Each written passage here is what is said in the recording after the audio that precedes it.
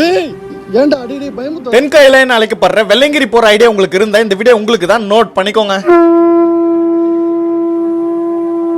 வெள்ளங்கிரியில இருக்க 7 மலையில ஃபர்ஸ்ட் 3 மலை தான் ரொம்பவே கஷ்டமா இருக்கும். சோ ரொம்ப வெயிட்ட கேரி பண்ணாம தேவைப்படுற கொஞ்சம் ஃபுட்டும் 1 லிட்டர் தண்ணியும் எம்டி பாட்டில்ஸும் கேரி பண்ணிக்கோங்க. அங்கங்க இந்த மாதிரி தண்ணி வரும், தேவைப்பட்ட எம்டி பாட்டில்ஸ்ல ஃபில் பண்ணிக்கலாம். ஏன்னா ஸ்டார்டிங் ரொம்ப வெயிட்ட கேரி பண்ணீங்கன்னா ஃபர்ஸ்ட் 2 மலையில எல்லா எனர்ஜியும் டவுன் ஆயிடும். 4வது மலை முடிவுல ஒட்டஞ்சித்த சமாதி இருக்கும், கண்டிப்பா இவரை வணங்கிட்டு போங்க. ஏன்னா நம்ம நடக்கிற இந்த பாதையை போட்டு கொடுத்ததே இவரு தான். அடுத்த 5, 6 மலை ரொம்பவே ஈஸியா இருக்கும். 6வது மலை முடிவுல ஒரு சுனை இருக்கும், தேவைப்பட்டா குளிச்சுக்கோங்க. 7வது மலை ரொம்பவே செங்குத்தா இருக்கும், பட் நிறுத்தி நிதானமா ஏறினா 7வது மலை முடிவுல நம்ம அப்பன் தரிசனத்தை பார்த்திடலாம்.